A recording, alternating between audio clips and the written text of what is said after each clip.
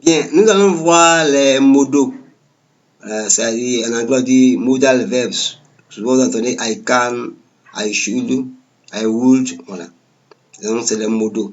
Les modaux expriment l'idée de possibilité, capacité, obligation, conseil. Voilà, c'est les modaux. Donc, possibilité, capacité, obligation, conseil, il y a à chaque fois un mot en anglais approprié. On ne parle pas comme ça. Par exemple, can. I can, c'est-à-dire c'est la capacité.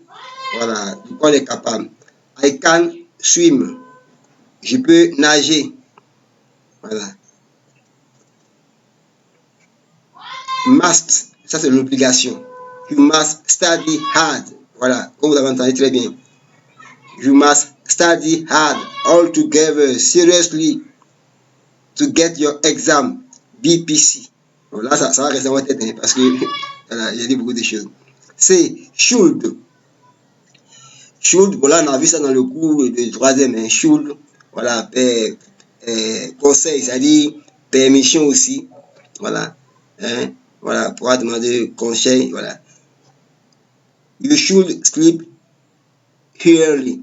Voilà, ça c'est comme dans la médecine, ça veut dire donner les conseils pour s'améliorer, voilà. You should sleep early. Voilà. C'est un élément positif. Après le conseil, on a aussi possibilité, mais, voilà. Souvent, vous me demandez la permission, please, may I go out? Voilà, c'est une possibilité. C'est-à-dire que je peux dire non, mais vous voyez ça comme une obligation. C'est pas une obligation. Si c'était une obligation, on allait dire must. Plus I must, il y en a même qui disent ça, I must go, go out. Non. Plus may I go out? Voilà. Est-ce que je peux avoir cette possibilité de sortir? Bien. Et maintenant, souvent aussi, on peut jouer les TV en disant it may rain today. C'est-à-dire, peut-être qu'il va pleuvoir aujourd'hui parce qu'on a observé les nuages, le sky, le ciel. Free. Nous allons voir maintenant reported speech. Donc, pour le reported speech, c'est simple. C'est-à-dire, c'est le fait que on va rapporter un discours, c'est-à-dire qu'on va écrire un discours qu'on a entendu. Voilà. Donc, c'est pourquoi on parle de reported speech. Ça peut être même une communication, une conversation entre deux personnes. Donc, le reported speech, c'est à rapporter les paroles de quelqu'un. Donc, en anglais, il y a une procédure. Donc, il y a d'abord le direct speech, c'est-à-dire la personne qui parle directement. Ça, c'est dans le dialogue surtout. Par exemple, John said, deux points, on met les griffes, I am tired. John said, I am tired. Donc, maintenant, si on doit reporter, on ne va pas dire John said, vous voyez que I am tired. Non, non, non. Ça, c'est direct speech. Reported speech, on va enlever les deux points et puis les griffes qui vont être remplacées par quoi? Par that.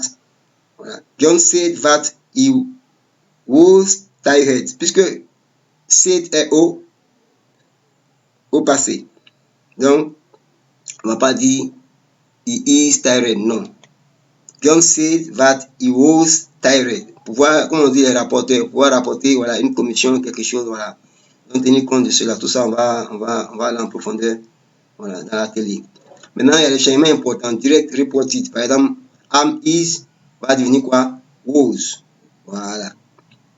Et puis maintenant, are aussi va devenir were. Voilà. Ouais, voilà. Parce que am et puis is. Voilà, c'est singulier. Voilà. Are, were, c'est pluriel. Quand on fait le reported speech. Will va devenir would. Today va devenir that day. On mettra en profondeur dans la formation. Bien.